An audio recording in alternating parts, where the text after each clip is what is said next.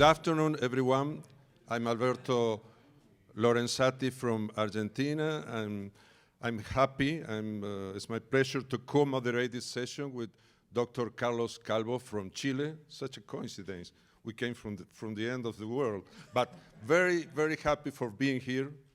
Thank you, Professor Fruchard, for your kind invitation, also to Dr. Jamila. We are going to address a very important topic this afternoon, that is stroke and dementia in type 2 diabetes. It's a growing topic, I think. It's gathering a lot of interest from the cardiovascular medicine.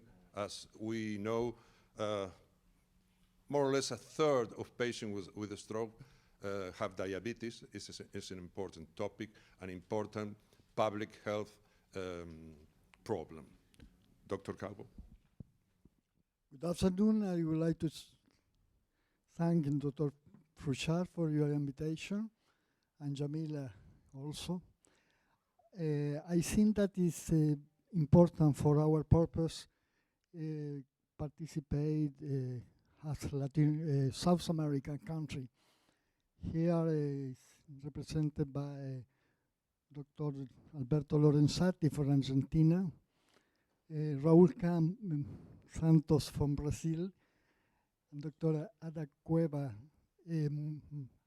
me, Professor Carlos Calvo from Chile. Thank you very much. Thank you, Carlos. The first speaker is going to be Régis Bordet from Lille, France. He's going to address new insights, PPAR alpha and SPAR alpha, stroke and dementia. The north of Europe, so it's an equilibrium. Dear Jean-Charles and Jamila, thank you for your invitation, and thank you to introduce the topic of cognition in this meeting. Indeed, the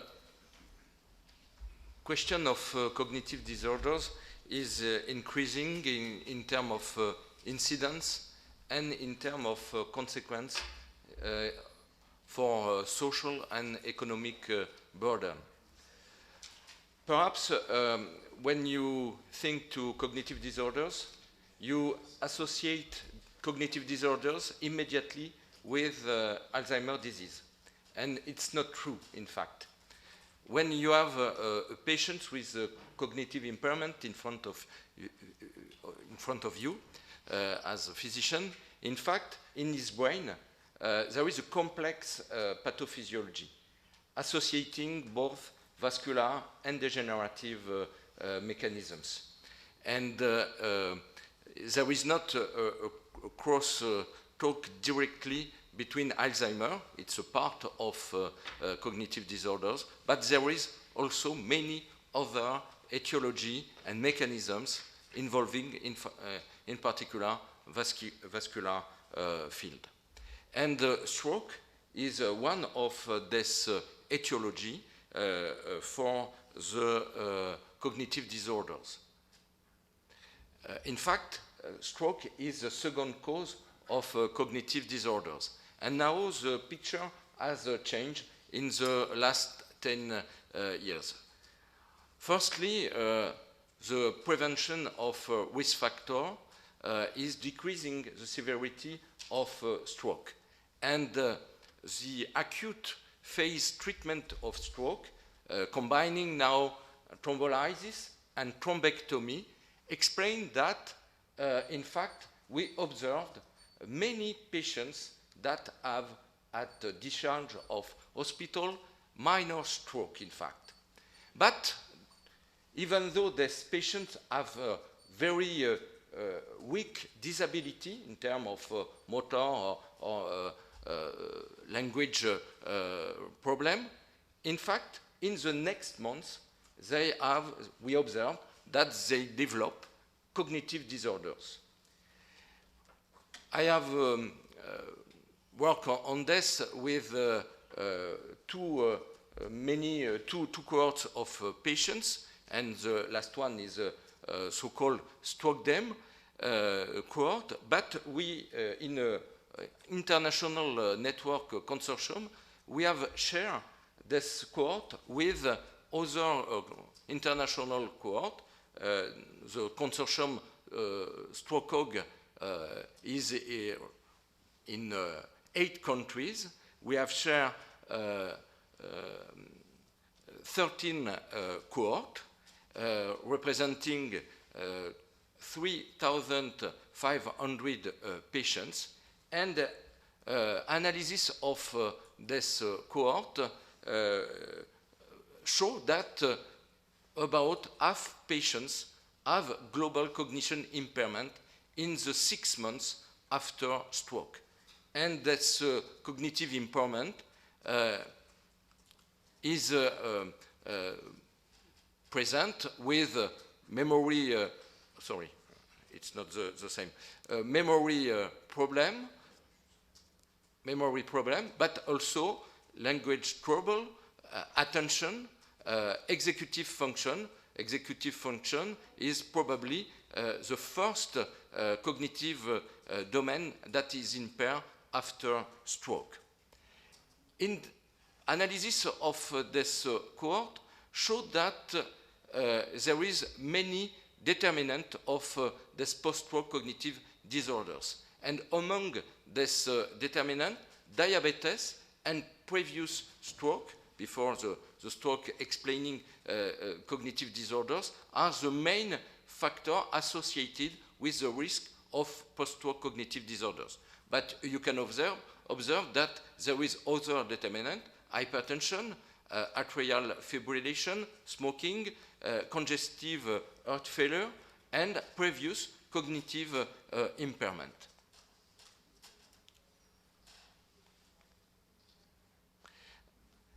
We deep the analysis for diabetes type 2.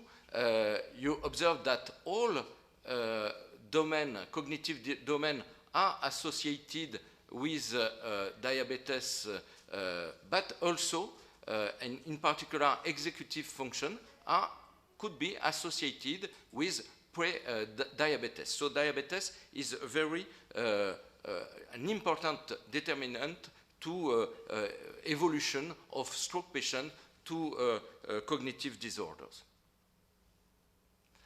With the group of Martin Dichgans in Munich, we have two main observations. Firstly, that the acute cognitive status is leading to long-term cognitive disorders. You can observe that patients with abnormal MoCA, it's a scale to analyze cognitive function. These patients with a low score are prone to long-term cognitive disorders. And in these patients with risk of cognitive disorders, we observe that the mortality is increased. So these patients have a huge vulnerability to mortality. So we can modelize the evolution of post-stroke cognitive disorders. There is a pre-stroke phase. During that, the brain is prepared to cognitive decline because patients have microlesion in the brain, because they have diabetes or hypertension. At the acute phase of stroke, there is an impairment of cognitive disorders. There is possibility of recovery, and 2 to 6 months later, we observe a progressive decline. We have now, we have published with a consortium a paper with a long term of 3 years follow-up, and I think in the next year we will publish the 5 years follow-up of this cohort. And at a stage, the cognitive decline crosses the border to major cognitive disorders. That is, in fact, the stage of dementia. So it's like Alzheimer, a progressive evolution to cognitive impairment.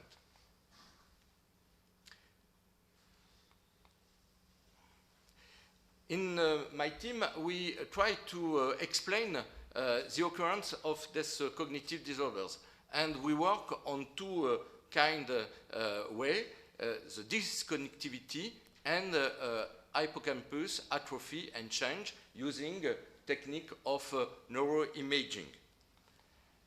Firstly, we have demonstrated by functional MRI that cognitive disorders occurrence is associated with impairment of a network, a brain network, including hippocampus, including many brain area. All people with cognitive impairment have this alteration of this network.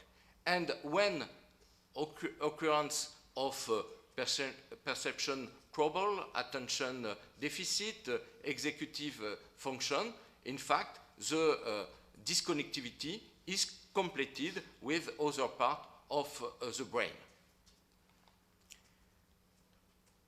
As I mentioned, this network includes hippocampus, and in fact, we observe that in patients with cognitive disorders, there is an hippocampus atrophy. Perhaps you have the idea that hippocampal atrophy is only associated with Alzheimer's disease. In fact, we observe that it's not the reality, and in post-stroke, we have also hippocampus atrophy. It's a non-specific lesion, in fact, in cognitive disorders. And we observe that this hippocampal atrophy is associated with the severity of cognitive impairment after stroke. A colleague of the team has developed a technique of MRI analysis, of texture analysis of MRI. It's in fact the gray level in MRI, and the change in this texture of MRI, in fact, is associated with cellular and molecular change in the brain. We have observed that in a preclinical model. And during occurrence of cognitive disorders, there is change in the texture of hippocampus, for example, but abnormalities occur very early during after stroke. In the next day after stroke, we observe always a change in this index of texture, and it is associated with the long-term occurrence of cognitive disorders. And we have determined that early MoCA alteration and texture index change is predicted of the long-term occurrence of post-stroke cognitive disorders. So now we have a tool to predict, in fact, the occurrence at the discharge of the patients. So we have now a good knowledge of evolution of post-stroke cognitive disorders, and the question arises, is it possible to slow or prevent this evolution to cognitive disorders? We have modelized the possibility to go to disease modifier treatment. In fact, after stroke, the first step is to have a predictive diagnosis biomarker. I show that we have by MRI. The second point is to introduce secondary prevention, antihypertensive drugs, but also statin. And we know that that secondary prevention has also a prevention on cognitive impairment, avoiding the occurrence of new stroke. You know perhaps that we can have a treatment of symptoms with inhibitor of acetylcholinesterase, donepezil, even though the level of activity of effect is not very high. Nevertheless, there is an effect, and with a small French SME, we have worked on donepezil plus, with an inhibitor of connexin that increase the impact, in particular on high tension domain. And we think that there is a place for original disease modifying strategy. We have a concept that with an international consensus conference. The pharmacological target to induce disease modifier is multiple, as you can see. It's both neuronal, glial mechanisms, because during this cognitive occurrence, there is astrocyte activation, microglial inflammation, neuronal death, but also possibility of neurogenesis. But there is also vascular mechanisms with vascular inflammation and leukocyte infiltration and activation. We work a lot in the lab on this mechanism. And what it is interesting is that statin and donepezil have, beyond their main effect on lipid and on acetylcholine, they have also impact on this pharmacological target. In a model of minor stroke that we introduce here in the cortical area, that have impact of, on hippocampus. We have observed that with metabolic imaging in PET FDG. We have treated this animal that develop cognitive disorders. We observe this cognitive disorders with very sophisticated tools to analyze cognition of rat or mice, as you can see with a small picture like plant or spider. So the animals are able to recognize this picture. And we have observed that treatment using atorvastatin is partially preventing the occurrence of cognitive impairment in this model.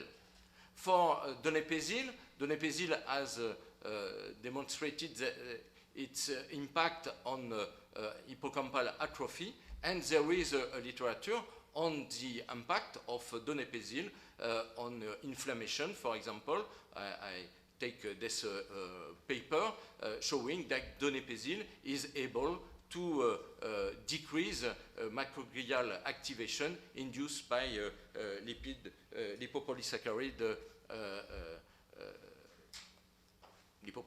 sorry. Nevertheless, even though statin and donepezil are interesting, we think that PPR alpha, this nuclear receptor, is able to be a very interesting target for disease modifier. For the several years, PPR alpha, that is initially devoted to metabolic and lipid metabolism, has demonstrated its impact. PPR alpha are expressed in hippocampus, for example, and has demonstrated its impact in terms of neuroinflammation, oxidative stress, neurotransmission processes, but also on some pathway involved in Alzheimer's disease.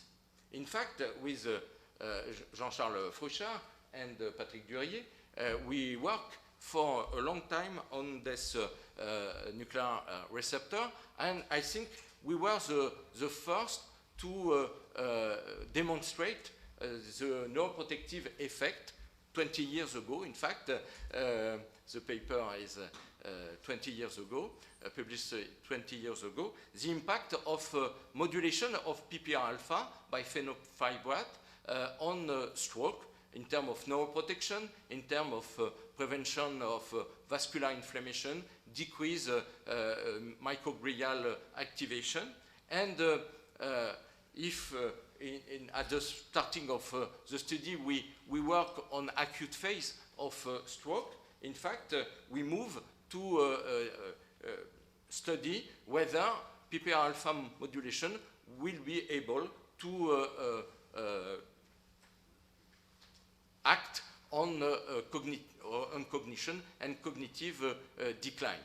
And in this model, we demonstrate that beyond neuroprotective effect, we have also an impact on some memory tests in animal. Fenofibrate partially prevent, in fact, the occurrence of memory impairment in animals with experimental stroke, and this effect is related to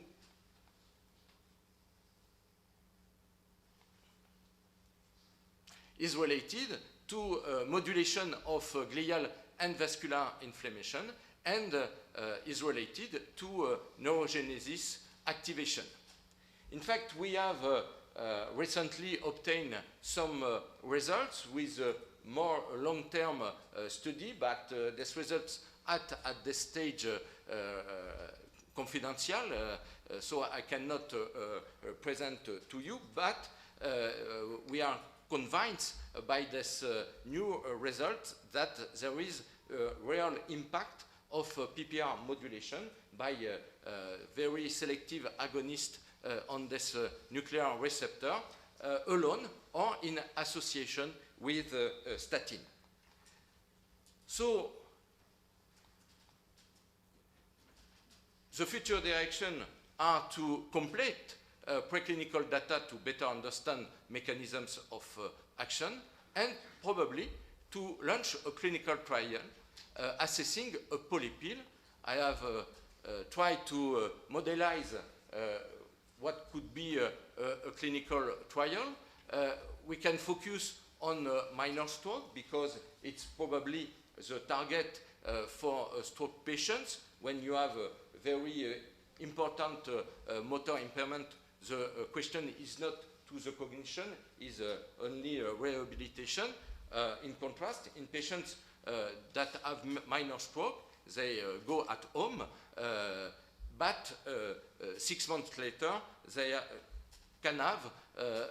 could have cognitive disorders. In these patients with minor stroke, we can select by a patient prescreening using MRI analysis and clinical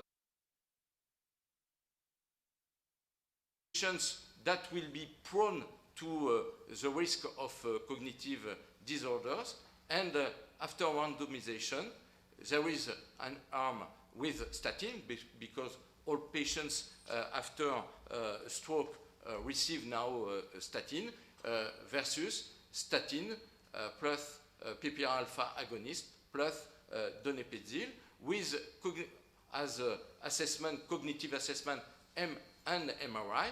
The primary endpoint could be the percentage of patients with cognitive impairment at 6 months, and the secondary endpoint will be hippocampus volume and cognitive scale.